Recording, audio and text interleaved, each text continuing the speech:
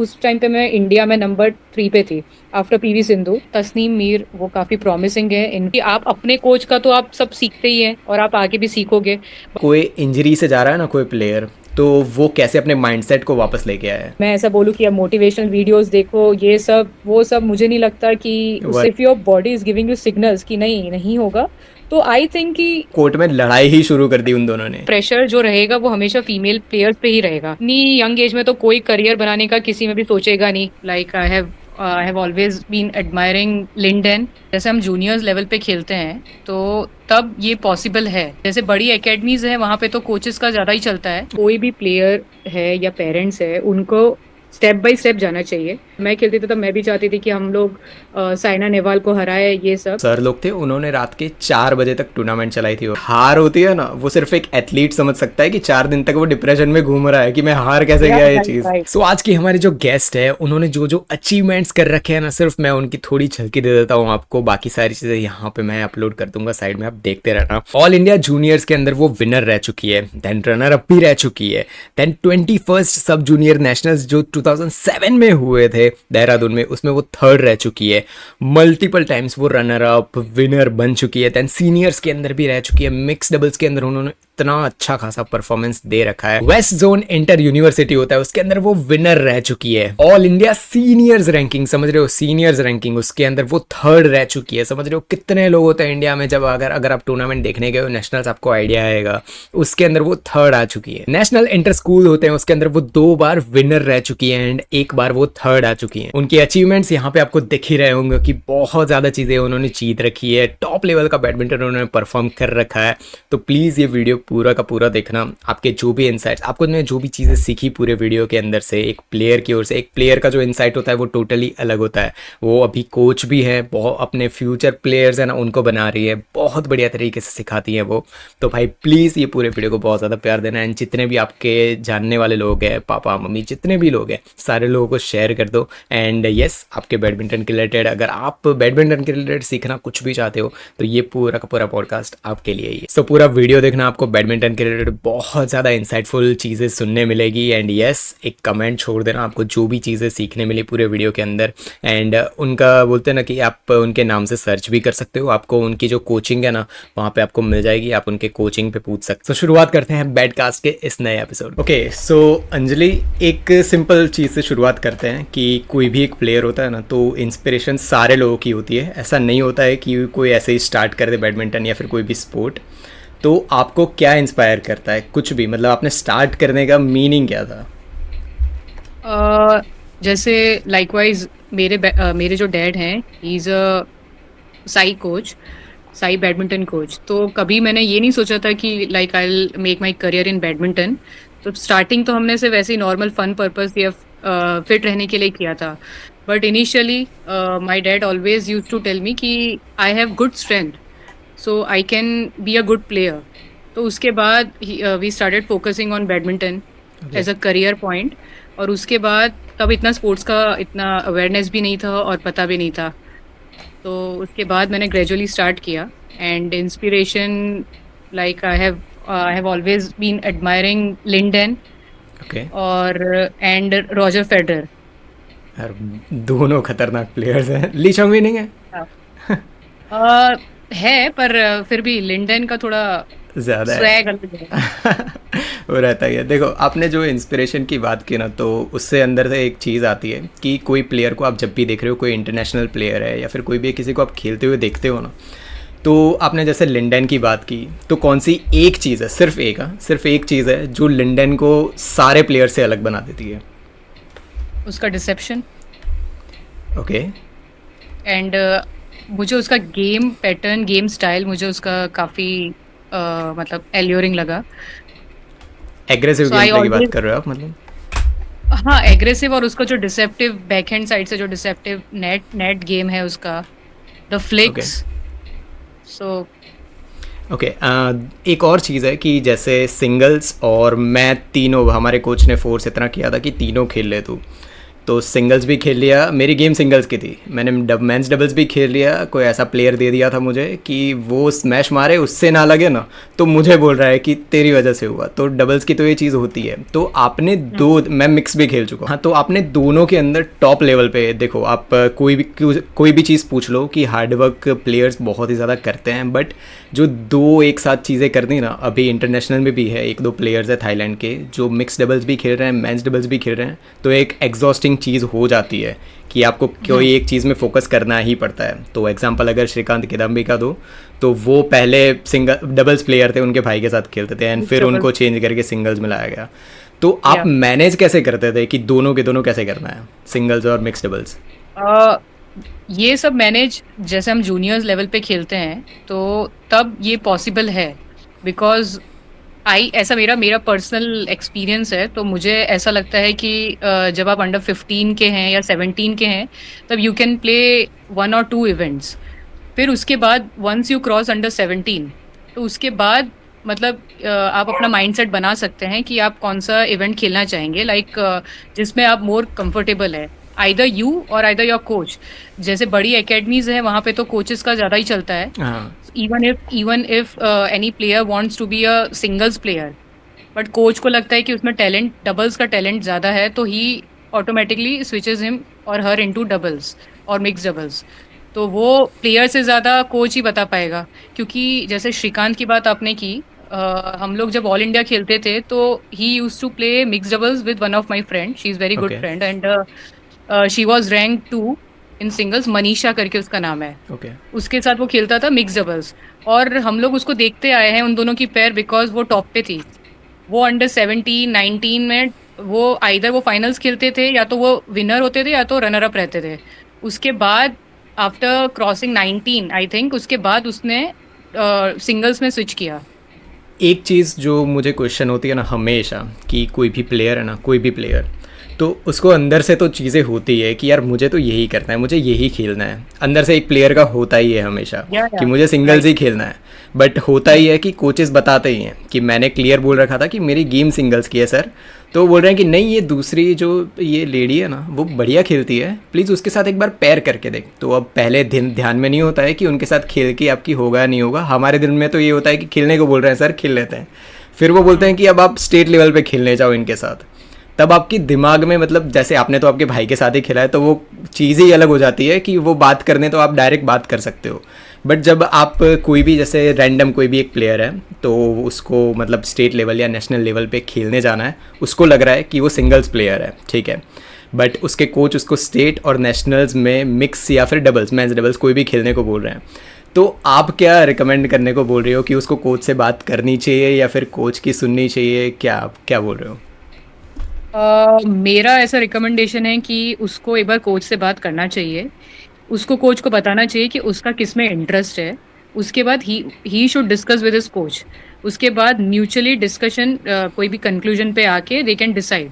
क्योंकि अगर प्लेयर को सिंगल्स में इंटरेस्ट है और उसको जबरदस्ती डबल्स खिला रहे हैं तो वो अपना 100% तो वैसे भी नहीं दे पाएगा। तो सही इट्स बात है। बेटर कि, और दोनों को नॉट मतलब कोच के पॉइंट ऑफ व्यू से भी कोच शुड कंसिडर कि उसके ट्रेनी भी क्या चाहता है, और वो भी दोनों म्यूचुअली करना चाहिए। सो एक और चीज़ इसी के अंदर इंक्लूड करता हूँ मैं, कि मैं कोच रह चुका हूँ ना, तो मुझे जब प्लेयर्स खेल रहे थे ना, तो मैं उनको देखता था, जब मेरे कोच मुझे बताते थे तब ये चीज़ रियलाइज़ नहीं होती थी, बट जब मैं कोच बना था तो ये चीज़ रियलाइज़ हुई कि कोई एक प्लेयर है ना, तो मुझे दिख रहा था कि देख भाई, तू डबल्स में बहुत बढ़िया खेल रहा है, तेरी स्मैशेस बढ़िया है, तू नेट में बढ़िया खेल रहा है, बट जब भी तू सिंगल्स खेलने जा रहा है ना, तो तेरे से कोर्ट कवर नहीं हो रहा है।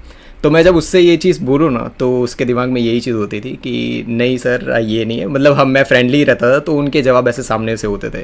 तो आप एज ए कोच भी हो, अभी आपने एकेडमी पूरी आपकी है, तो आप कुछ जैसे स्टूडेंट हैं, कोई आपसे आर्ग्यूमेंट होती ही है, कोई कुछ होते ही हैं ऐसे स्टूडेंट जिनको ऐसा होता है कि भाई वही है, वही दुनिया के सबसे बेस्ट है, तो वो जब या आर्ग्यूमेंट करने आ ही जाते हैं, तो आप उनको टैकल कैसे करते हो? उनको टैकल करना, लाइक इसमें म्यूचुअली हम लोग, जब मेरा ऐसा तरीका है कि हम लोग उनको बिठा के बात करते हैं, उनका क्या किस में इंटरेस्ट है, और फिर हम उनको समझाते हैं कि अगर जैसे हमको उनसे बेटर हम लोग ही बता देख पाएंगे। पाएंगे। तो इतना एक्सपीरियंस है हमें, हम उस फील्ड में हमारा इतना मास्टरी है एंड क्वालिफाइड, वेल क्वालिफाइड है, तो हम लोग उनको गाइड करते हैं कि हमारी तरफ से ये तेरे लिए बेस्ट रहेगा, लाइक आइदर सिंगल्स या डबल जो भी वो उनका है। बाकी if you are willing to play then you can go for that thing also, you can play singles also, but majorly you should focus on doubles. Doubles. तो वो हम ट्राई करते हैं कि हम अपने पॉइंट से उनको समझा पाए। ओके। अभी एक सिंपल चीज़ है कि बहुत मेरे यूट्यूब पे बहुत ये कमेंट्स आती है कि सर मैं अभी ये बहुत ये छोटे डिस्ट्रिक्ट में हूँ, यहाँ पे हूँ, मुझे यहाँ से अभी इंटरनेशनल लेवल पे सीधा यही जवाब होता है कि विक्टर को हराना है। उनका पहला यही कमेंट होती है सीधी कि मुझे अब मैं सर 2 साल के 3 साल के अंदर मैं इसको हरा दूंगा, ठीक है। तो मुझे एक पाथवे, आप जैसे नेशनल्स भी खेल चुके हो और सारे मतलब ऑलमोस्ट सारी चीज़ों का एक्सपीरियंस है आपको, तो मुझे एक पाथवे चाहिए कि जैसे अभी कोई 7-8 साल का बच्चा है, वो ये वीडियो देख रहा है, उसको नेक्स्ट पाथवे इंटरनेशनल तक का, आप जैसे कौन सी, जैसे स्टेट खेलना पड़ेगा, नेशनल्स, कैसे पाथवे क्या है इंटरनेशनल तक का, तो वो थोड़ा डिस्क्राइब कर दो, सबको आइडिया आ जाएगा। मेरे ख्याल से कोई भी प्लेयर है या पेरेंट्स है, उनको स्टेप बाय स्टेप जाना चाहिए। हाँ, टारगेट रखना अच्छी बात है, goals should always be high, but it should be realistic.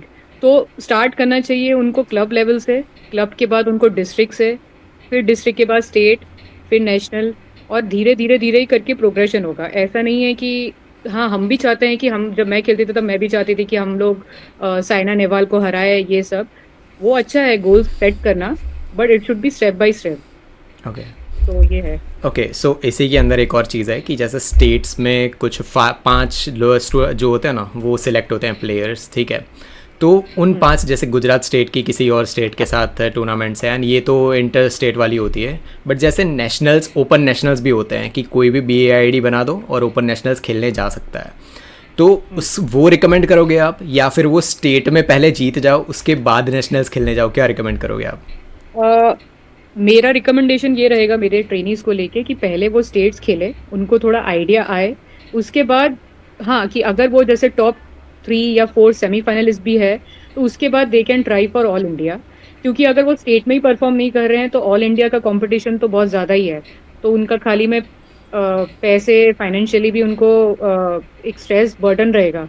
सो इसीलिए पहले मेरा फोकस रहेगा कि वो स्टेट में थोड़ा लाइक टॉप 4 में आए, उसके बाद they can go for all India. तो जब आप नेशनल्स खेलने जाते हो तो वो एनवायरनमेंट कैसा होता है कि एक दिन में कितने मैचेस होते हैं, कैसे वो एनवायरनमेंट क्या होता है? जब हम लोग खेलते थे तब तो ऐसा था कि ड्रॉज, नंबर ऑफ एंट्रीज के हिसाब से मैचेस होते थे। अगर आपका कितने लाइक 128 अगर एंट्रीज है और क्वालिफिकेशन है, अभी तो मेन ड्रॉ में वो 64 का है ड्रॉज, तब ऐसा था कि क्वालिफिकेशंस में भी इतने सारे थे, qualifier A B C D ऐसा था। तो वो एंट्रीज पे डिपेंड करता है कि कितने आपको राउंड खेलने पड़ेंगे, बट फिर भी आप ये पकड़ के चल सकते हैं कि आपका पर डे आपको 2 मैचेस तो खेलना ही पड़ेगा। ओके। और वो अब हाँ। ऐसा है कि वो अवेलेबिलिटी ऑफ कोर्ट्स पे भी है कि कितना है, और मतलब डेज कितने हैं, टूर्नामेंट के कितने डेज हैं, उस हिसाब से वो डिसाइड होता है।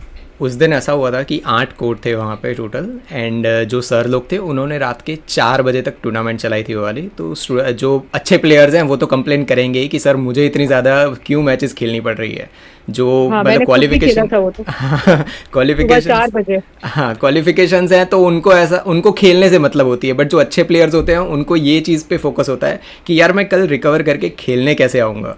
तो ट्रू ट्रू। ये जो सिस्टम चल रही है ना, इसका कोई आपको कुछ लग रहा है कि इसमें कुछ चेंजेस लाने चाहिए? क्योंकि अभी भी ऐसा चल रहा है, एक हैदराबाद में फ्रेंड है मेरा, वो नेशनल्स खेलने गया था, अभी सिस्टम यही चल रही है। हम्म। कोई रिकमेंडेशन आपका ये सिस्टम थोड़ी बहुत चेंज करने के रिलेटेड? इसमें एक्चुअली जो चीफ रेफरी है, कभी कभी ऐसा होता है कि कुछ अनअवॉइडेबल सर्कमस्टांसेस की वजह से उनके हाथ में भी नहीं है, या कभी पावर कट हो गया, या कभी मैच कुछ जो है डिले हो गई कोई भी रीजन से, या कोई मैच लंबी चल गई, तो वो फिर डिले डिले होता रहता है। बट आई थिंक कि अगर ऐसा है कि तो उनको लिमिटेड मैचेस रखना चाहिए वो प्लान करके, बट थोड़ा बहुत डिले तो वो तो मैच के ऊपर ही डिपेंड करता है कि कितना है, तो उसमें तो वो नहीं कर सकते हैं। बट अभी आजकल मोस्टली सब टाइमली चलने लगा है। पहले था कि पहले सुबह, कभी सुबह सुबह भी होती थी, वो इतने सारे राउंड्स रख देते थे, और कभी एंट्रीज इतनी ज़्यादा होती थी, तो अभी फिर भी बेटर है। ओके। एक चीज़ जो मतलब आप आप बताना चाहो या ना, आपकी मर्ज़ी, बहुत ज़्यादा मैचेस है तो आप भी कंफ्यूज हो जाओगे उसमें। तो आपने जितनी भी मैचेस खेली है ना आज तक की, उसमें से कोई एक मैच तो ऐसी होगी जो दिमाग में रह गई होगी कि ये तो है, वो जीते थे आप हारे थे, वो मैटर नहीं करता है, बट कोई एक मैच तो ऐसी होगी जो दिमाग में होगी, मेमोरेबल रह गई होगी, ऐसी कोई भी मैच। हाँ, एक बार पुणे में हम लोग ऑल इंडिया खेल रहे थे, वीवी नाटू मेमोरियल टूर्नामेंट रहती है। तो उसमें हम लोगों का अंडर 19 था और वो क्वार्टर फाइनल्स मैच था। कोई टॉप पेयर के साथ ही मैच आ रहा था। उसमें हम लोगों का क्वार्टर फाइनल्स था, अंडर 19 का था, और हम लोगों का टॉप सीडेड प्लेयर्स के साथ ही था मैच। तो वो मैच इसीलिए याद है क्योंकि हम लोग लीड पे थे और थर्ड सेट चल रहा था। सो वो एक एक पॉइंट से हम हार गए, 25-23 हारे। अब वो अफसोस इसलिए है क्योंकि अगर वो मैच हम जीत जाते तो हमारा ब्रॉन्ज मेडल तो पक्का ही था। सो और we could have selected in the Indian team, इसलिए भी था। तो वो एक पॉइंट से अभी भी ऐसा, और वो भी लीड के बाद हारना थर्ड सेट में, सो इट्स वेरी डिसहार्टनिंग। तो पूरी रात मुझे 2 दिन तक तो नींद ही नहीं आ पाई। यहीं तो से, ये है। यही चीज़ से आता है, सेम कनेक्टेड चीज़ है कि बहुत लोग हैं ना वो बोलते हैं कि हार गए तो भी क्या है। बहुत लोग, मुझे तो मेरे कोचेज और बहुत ज़्यादा लोग थे उनके, ये मैं घर पे भी आया तो मम्मी भी बोल रही है कि ठीक है हार गया भाई, सीखने ही मिला होगा कुछ, ये सब चीज़ें हैं। मैं बहुत बोलता हूँ कि हार होती है ना, वो सिर्फ एक एथलीट समझ सकता है कि 4 दिन तक वो डिप्रेशन में घूम रहा है कि मैं हार कैसे गया ये राइट, चीज़। राइट। तो उसके रिलेटेड आपके क्या ओपिनियंस है कि जीत ज़रूरी होती है कि हार के साथ चलता है, ठीक है हार गए तो। मेरे हिसाब से तो दोनों ही इम्पोर्टेंट है। अगर एक प्लेयर सिर्फ जीतता जाएगा तो उसको कभी वो रियलाइज ही नहीं होगा कि वो कभी इतना मेहनत करेगा ही नहीं, उसको ऐसा लगेगा कि बस वो ही बेस्ट है। तो वो ईगो उसके पास हमेशा रहेगा। सो इट शुड बी कि वो हारे। हम मैं तो चाहती हूँ कि मेरे स्टूडेंट्स कि वो हारे भी, तभी उनको वो फेस को कैसे गो थ्रू करना है वो भी वो सीखेंगे। और डिफीट एक्सेप्ट करना बहुत इम्पोर्टेंट है। वो मतलब चीज़ क्या होती है कि जैसे मैं एक टाइप पे मुझे आइडिया आ गया था कि वैसे ही मैंने 22-23 के आसपास स्टार्ट किया था, तो वहाँ पे तो करियर ख़त्म ही है। मेरे कोचेज़ ने भी नहीं समझाया कि भाई बहुत लेट हो चुका हाँ। है, अभी तू एज ए प्रोफेशनल मत जा। मुझे नहीं बताया राइट। किसी ने। तो बहुत लेट हो गया जब ऐसे बोलते हैं ना कि पूरे दिमाग में लगा दिया कि अब जीतना है जीतना है, और फिर एकदम से थोड़े टाइम के बाद याद आया कि भाई नहीं कर सकता तू भाई। तो एक एवरेज प्लेयर टाइप का मैं रह गया वहाँ पे, तो वो मुझे आइडिया था उस चीज़ का। बट चीज़ क्या होती है कि हारने के बाद भी जब वो 3-4 दिन निकलते हैं ना, तो वो ऐसे होते हैं कि अब क्या करें। या तो आग होती है अंदर कि अब देख मैं नेक्स्ट टूर्नामेंट में क्या करता हूँ, या तो ऐसा होता है कि अब मेरे को खेलना ही नहीं है। तो ट्रू, ट्रू। आपके अंदर मैचेस के बाद कैसा होता था, मतलब आपके क्या रिएक्शंस होते थे। मैचेस के बाद मैं हमेशा एकदम चुप रह जाती थी। कुछ मतलब मेरा एकदम अलग ही मूड जाता था, और हमेशा फर्स्ट नंबर में अपने भैया का डायल करती थी। और मैं उससे डिस्कस करती थी कि यार हर बार ऐसा क्यों होता है कि लीड करके भी हम कैसे हार जाते हैं और जीतते क्यों नहीं है। तो फिर वही डिस्कशन चल रहा होता है। वो बोलता है कि बस क्रूशल पॉइंट्स में कैसे खेलना है वो तुझे सीखना है। So he always use to motivate me कि कोई बात नहीं, और भी चांस आएगा। So better try next time. Okay, अभी गुजरात का कुछ आइडिया हो आपको कि गुजरात में टॉप प्लेयर्स जो भी हैं उसमें से आपको क्या कौन से प्रॉमिसिंग लग रहे हैं, कोई भी आप नाम बता सकते हो। मोस्टली अभी गर्ल्स में तस्नीम मीर वो काफ़ी प्रॉमिसिंग है। इनफैक्ट उसका मेडल भी है और रिजल्ट भी है, परफॉर्मेंस भी है उसका। और पर्सनली अभी हम लोग नेशनल गेम्स खेले थे जिसमें हमारा ब्रॉन्ज मेडल आया था, और सीनियर नेशनल्स में हमारा टीम का सिल्वर आया था। तो वो भी पार्ट थी टीम की, she was the main leading player. उसकी गेम जो मैंने ऑब्जर्व किया, she has a complete game. और वो जितने भी गर्ल्स हैं इंडिया में ओपन कैटेगरी में, उनका उसके जितना प्रॉमिसिंग गेम मुझे नहीं लगा। तो उसके पास वो कैलिबर है कि she can be at the top okay. If she work hard और वो कंसिस्टेंट रहे। तो she is a full package. Okay, so एक एक सिंपल चीज़ है, ये क्वेश्चंस इतने ज़्यादा बार आ चुके हैं मुझे और मैं जवाब दे दे के थक गया हूँ, बट ये क्वेश्चन हमेशा फिर से आते ही रहेंगे जितने नए लोग जुड़ेंगे कि बैडमिंटन स्टार्ट कब करना चाहिए। तो मेरे जवाब तो सिंपल होते हैं, तो आज आपके जवाब सुनते हैं एज एन नेशनल एथलीट कि बैडमिंटन स्टार्ट कब करना चाहिए। बैडमिंटन स्टार्ट, अभी आजकल हमने देखा है कि सारे स्पोर्ट्स में सब लोग पेरेंट्स, इतना कंपटीशन बढ़ गया है तो सब चाहते हैं कि वेरी यंग एज में वो स्टार्ट करें। बट ऐसा कुछ फिक्स एज नहीं है, ऐसा मुझे ऐसा लगता है।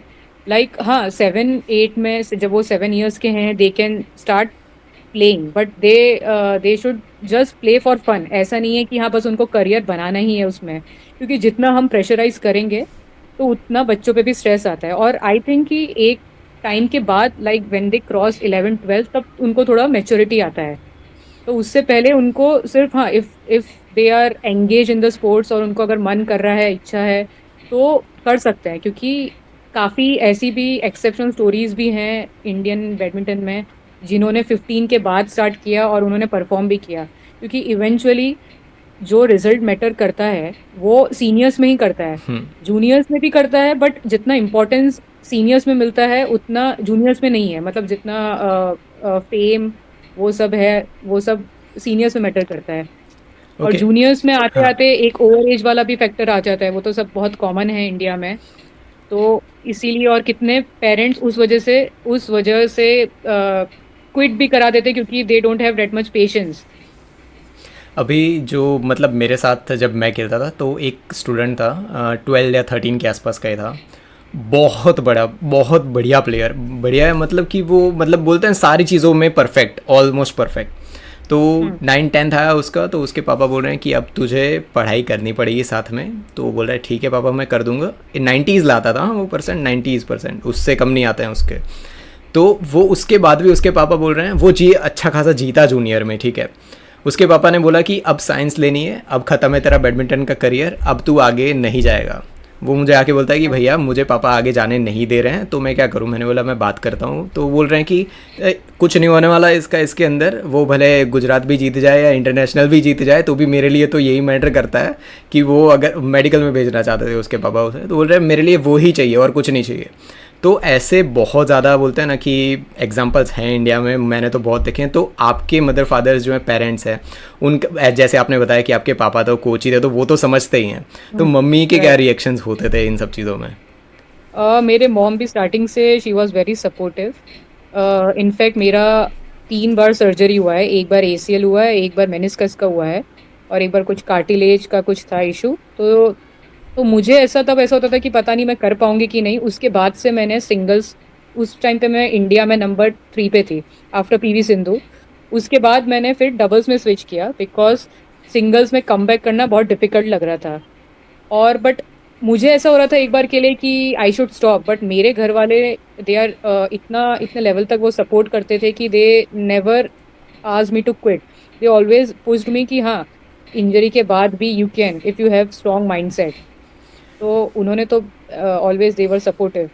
ओके, सो इसी चीज़ में एक और मैं ऐड कर देता हूँ कि क्या जो स्पोर्ट्स का बैकग्राउंड होता है वो, इसका मैं आपको पहले चीज़ बता देता हूँ ताकि आपको आइडिया है कि मेरी पूरी फैमिली है ना, 10 जन्म ले लो, कोई भी स्पोर्ट्स में आज तक किसी ने कुछ भी नहीं किया है, किसी ने कुछ भी नहीं किया है। तो जब मैंने एकदम से वो भी कॉलेज के बाद स्टार्ट किया ना, तो लोगों को पहले तो समझ नहीं आया तो कि ये कर क्या रहा है ये सब चीज़ें। तो ऑफकोर्स वो टेंशन में आए और सब चीज़ें।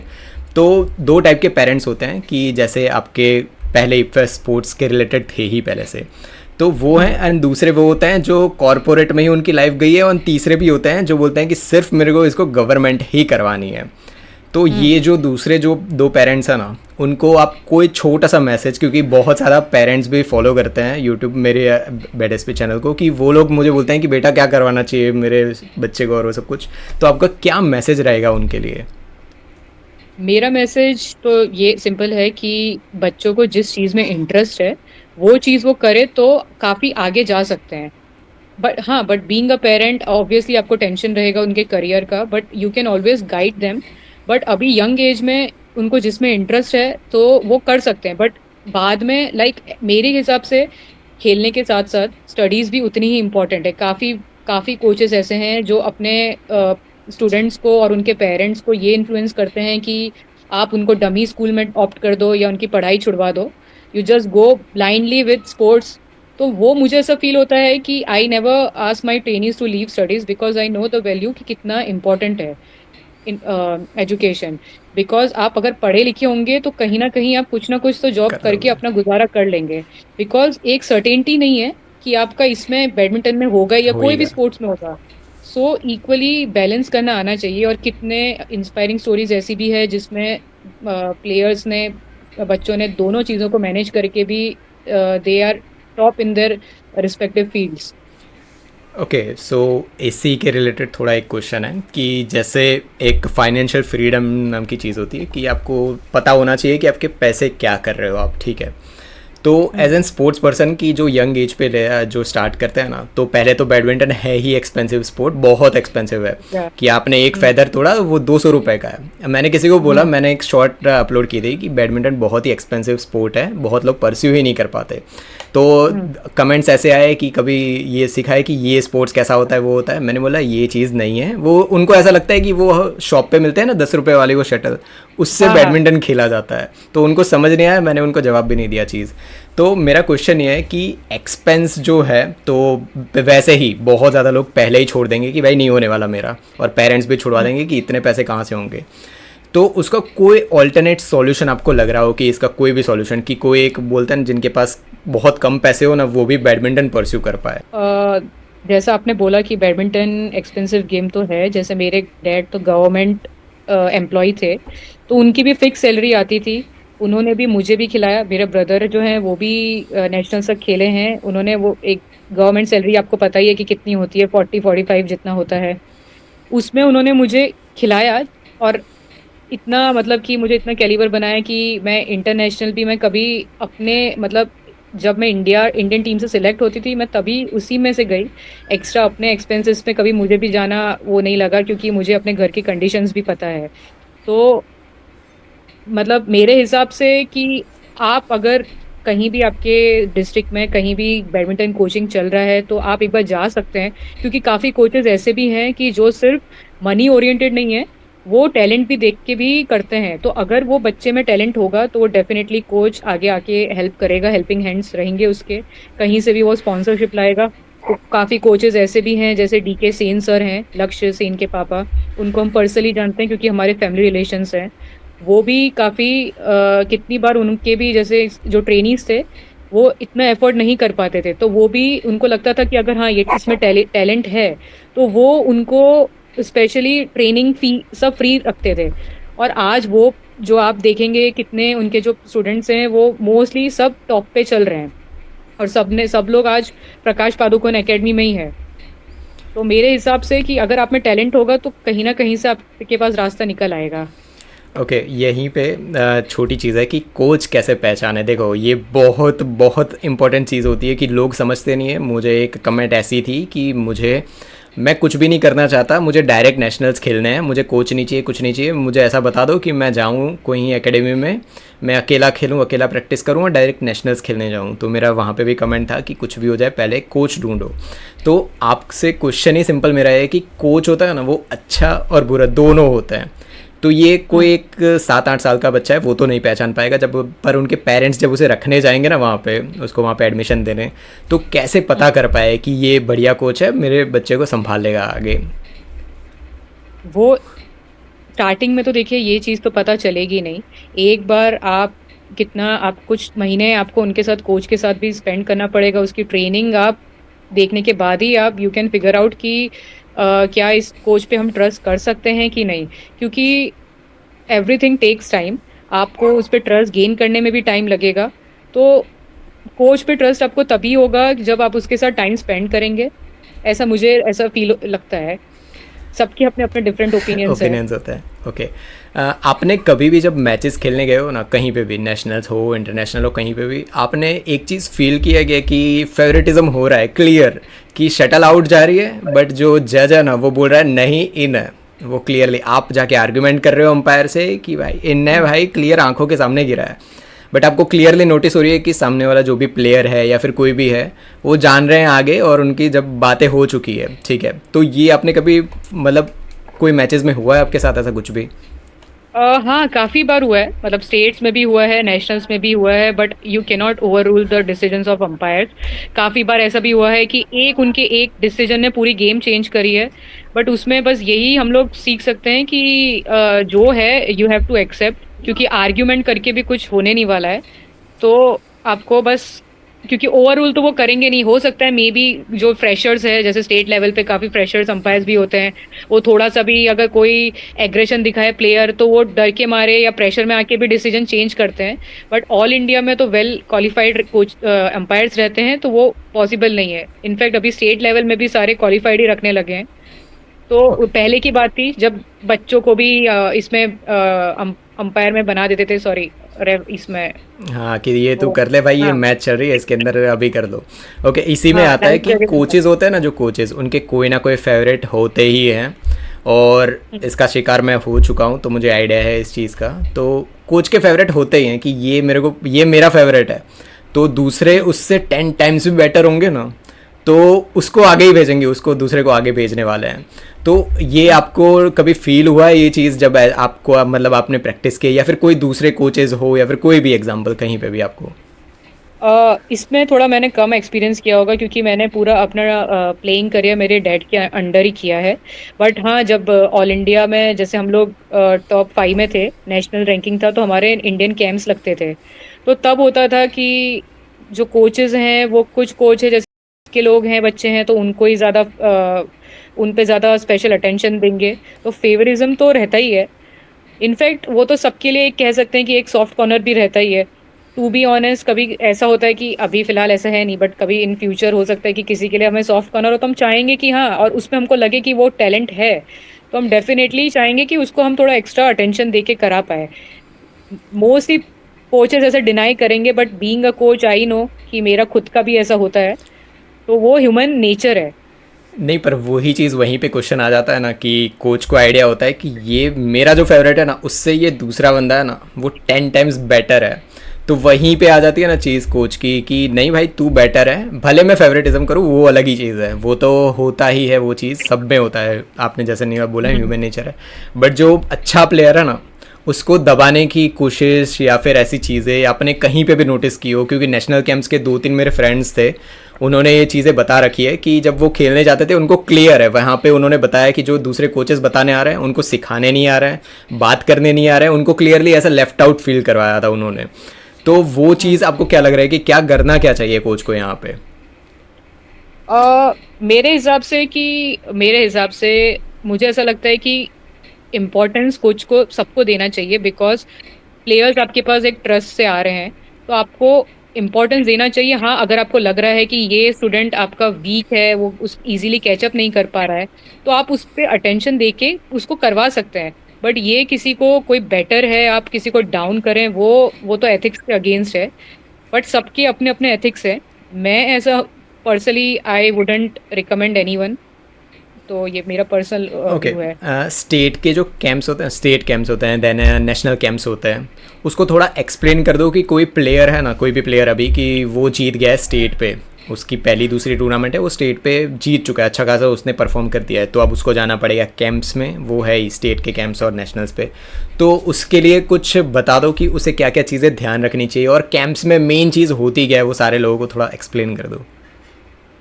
कैंप्स में आपके बेनिफिट्स के लिए कैंप्स लग रखते हैं कि आपका इम्प्रोवाइजेशन हो, आप कुछ नई चीज़ सीख पाए।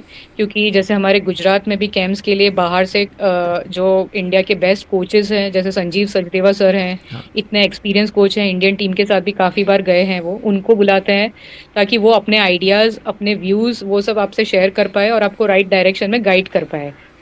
तो वो इम्पोर्टेंट है, क्योंकि आप अपने कोच का तो आप सब सीखते ही हैं और आप आगे भी सीखोगे।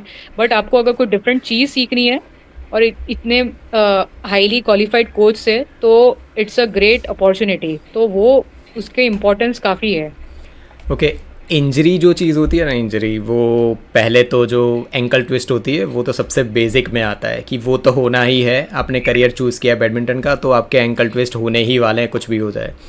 उससे भी बड़ी चीज़ें जो आपने एसीएल बोले ना, वो कैरोना मरीन भी उससे जा चुकी है एंड सब कुछ। तो हम्म। एक क्वेश्चन मेरा ये है कि कोई भी प्लेयर एक इंजरी से जा रहा है ना, उसके बाद उसे कोर्ट में वो जब वापस खेलने जाता है, तो उसकी पुरानी गेम जा चुकी होती है, जा चुकी है इन द सेंस कि उस लेवल का वो वापस खेल नहीं पाता है।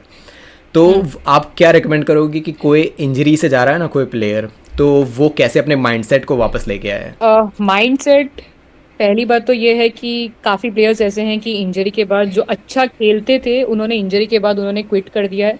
बट ये आपका इंटरेस्ट और आपके विल पावर पे है पर्सनली। कितने कितने लोग ऐसे भी हैं कि इंजरी के बाद भी वो उस लेवल पे भी पहुंचे हैं। तो it's all about your strong mindset. आपको उसके लिए आपको कोई आई थिंक मोटिव मैं ऐसा बोलूँ कि आप मोटिवेशनल वीडियोस देखो, ये सब वो सब मुझे नहीं लगता कि उससे वर्क इतना कुछ करता है। फर्क पड़ेगा, वर्क करेगा वो। आपका आपको खुद ही आपको अपने माइंड को ट्रेन करना है कि हाँ, मेरा गोल क्लियर है, कुछ भी हो I have to work on it. अगर बट आपको लग रहा है कि वंस यू स्टार्ट ट्रेनिंग और आपको लग रहा है कि मुझसे नहीं हो रहा है, जैसे मैं खेलती थी तो मतलब इंजरी के बाद मैंने ट्रेनिंग किया वो सब था, बट मुझे एक लेवल पे पता चल गया था कि नहीं, मेरा सिंगल्स में नहीं हो रहा है, मेरी बॉडी इतनी सपोर्ट नहीं कर रहा है। सो इसीलिए मैंने फिर स्विच किया। तो ऐसा ही है, if your body is giving you signals कि नहीं नहीं होगा, तो आई थिंक कि आप उसके अलावा अगर आप अभी मिक्स डबल्स भी खेल सकते हैं, डबल्स भी खेल सकते हैं, वो सब भी आप ऑप्ट कर सकते हैं, नॉट ओनली सिंगल्स। अभी तो रिकॉग्नाइजेशन डबल्स मिक्स डबल्स वाले को भी बहुत मिल रहा है बहुत ज़्यादा इंडिया में। मिलता है, हाँ।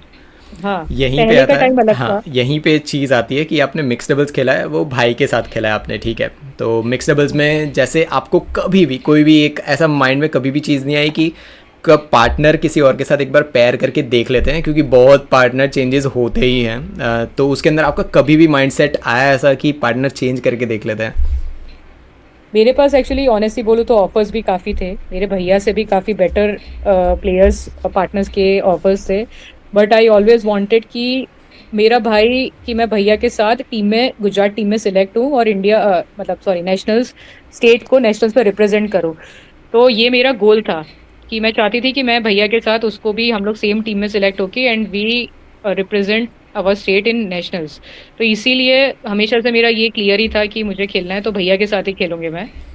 तो ओके, बस सो ये है। यही चीज़ है इसमें। अभी मलेशिया की वुमेंस डबल्स एक पेयर है, पर्लिटन और थिन्ना। तो उन हम्म। दोनों को आप कभी भी उनके मैचेस देखोगे ना, तो आपको आइडिया आएगा कि बहुत ज़्यादा, मतलब एक पॉइंट गया भी ना उनका तो दोनों हंस रहे हैं, एक दूसरे से बातें कर रहे हैं, कोऑर्डिनेशन कर रहे हैं कि ठीक है यार चलो जाने देते हैं ये चीज़ें। मैंने लिटरली ये देख रखा है स्टेट्स पे, मैंने जब देखा था कि एक बंदे से हुआ नहीं ना, तो कोर्ट में लड़ाई ही शुरू कर दी उन दोनों ने कि तेरे से हम्म। नहीं हो रहा है, मेरे से नहीं हो रहा है, ये सब चीज़ें। तो कोऑर्डिनेशन कितना ज़्यादा इंपॉर्टेंट होता है डबल्स के अंदर, दोनों मेंस डबल्स वुमेंस डबल्स तीनों के अंदर। कोऑर्डिनेशन बहुत इम्पोर्टेंट है और मेरे ख्याल से आपका पेशेंस भी बहुत इम्पोर्टेंट है, बिकॉज आपके पार्टनर्स मिस्टेक कर रहे हैं तो उस टाइम पे आपको उनको डांटने के डांटने के सिवा आपको उनको एनकरेज करना चाहिए और उनको बूस्ट अप करना चाहिए, क्योंकि आप जितना डांटेंगे वो ऑलरेडी एरर्स कर रहे हैं, आप जितना डांटेंगे तो वो डर के मारे और एरर्स करेंगे। तो मैं अपने स्टूडेंट्स को हमेशा बोलती हूँ कि always have control on your anger.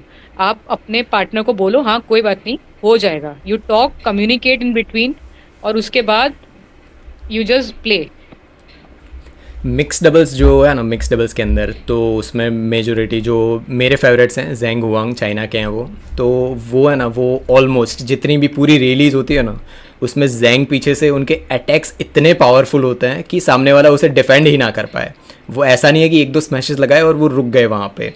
तो वही चीज़ है कि डबल्स, मेंस डबल्स में तो भाई पीछे से अटैक अटैक अटैक अटैक चलता ही रहता है ये चीज़। वुमेंस डबल्स थोड़ी रिलीज होती है उसमें अंदर थोड़ी, बट उसमें मेजोरिटी अटैक होती है। बट मिक्स डबल्स में क्या चेंज ऐसा आ जाता है दो प्लेयर्स के बीच में? मिक्स डबल्स में ये है कि मोस्टली जो मिक्स डबल्स डिपेंड करता है वो फीमेल प्लेयर पे करता है कि वो ओपनिंग कैसे क्रिएट करती है। मेजरली सबसे ज़्यादा प्रेशर जो रहेगा वो हमेशा फीमेल प्लेयर्स पे ही रहेगा, क्योंकि नेट में आपको बहुत कंट्रोल चाहिए कोई भी आपको नेट प्ले करने के लिए। इसीलिए कंट्रोल करने के साथ साथ ही मिस्टेक्स ज़्यादा होती है। पीछे से आपको सिर्फ हिट करना है और आपको सिर्फ खेलना है, आगे से आपको कैसे आप क्रिएट करते हो ताकि आपका पार्टनर किल कर पाए, किल कर पाए। वो इम्पोर्टेंट है। ओके, सो जो वही चीज़ है कि नेट में जब हम खेल रहे हैं ना, कोई भी प्लेयर है नेट में, तो नेट जो भी है, एक हाइट नेट की जो होती है उससे थोड़ा भी ऊपर गया ना, तो आपका अपोनेंट रेडी है वहाँ पे कि टैप करेगा, फिनिश करेगा वो वहाँ पे।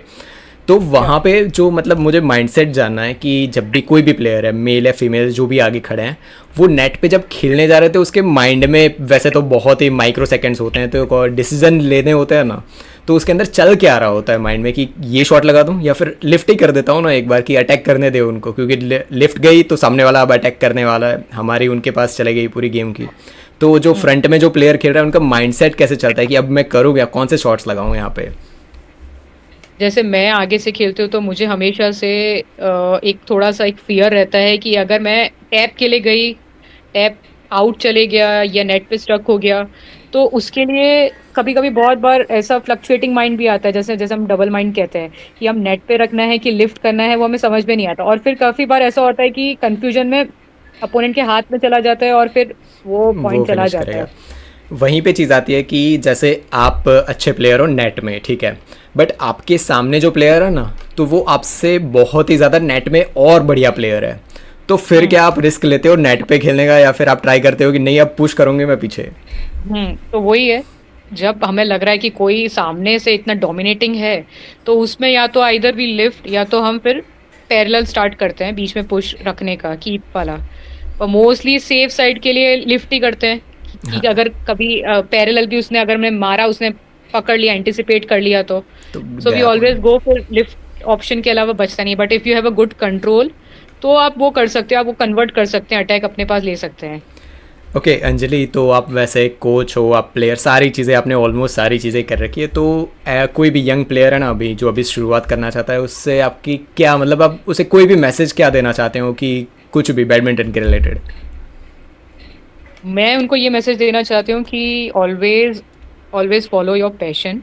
आपको जो अच्छा लगता है, you just simply go with it. फिर क्योंकि बिकॉज़ अभी दे आर वेरी यंग, सो इतनी यंग एज में तो कोई करियर बनाने का किसी में भी सोचेगा नहीं। कोई 5, 6 या 7 साल का बच्चा ये नहीं सोचेगा कि आगे जाके उनको क्या लेना है, साइंस लेना है या डॉक्टर बनना है या इंजीनियर। सो जो चीज़ आपको इंटरेस्ट है, आप वो चीज़ में करो। अगर आपका लक, आपका टैलेंट होगा, तो डेफ़िनेटली आप वो फ़ील्ड में आप एक्सेल करेंगे ही करेंगे। ओके, सो एक फाइनल क्वेश्चन है मेरा आपसे, फाइनल, ये इसके बाद अभी फिनिश करेंगे, तो फाइनल क्वेश्चन सिंपल ये है मेरा कि बैडमिंटन में इम्पोर्टेंट क्या होता है? क्या फुटवर्क इम्पोर्टेंट होता है, रैकेट इम्पोर्टेंट होता है, इम्पोर्टेंट क्या होता है कि इसके अलावा आप कुछ भी नहीं कर पाओगे? सबसे बेसिक, सबसे basic.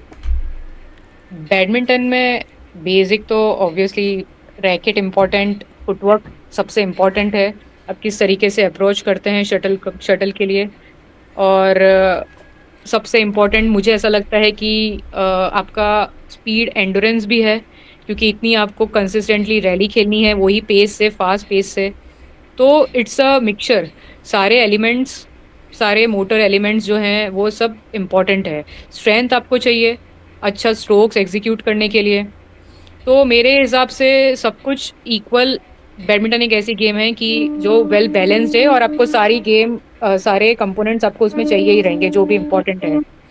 Okay, so thank you so much Anjali, बहुत ज़्यादा इंसाइट्स दिए, एंड जितने भी सब्सक्राइबर्स, हमको बहुत ज़्यादा आइडिया आएगा कि बेस बैडमिंटन क्या होता है, क्योंकि वो लोग देख रहे हैं इंटरनेशनल, उनको ऐसा लग रहा है कि सिर्फ यही करना है, यही करना है। बेसिक्स जो चीज़ें आपने बताई उसके लिए thank you so much. So any यही टाइम। चीज़ था।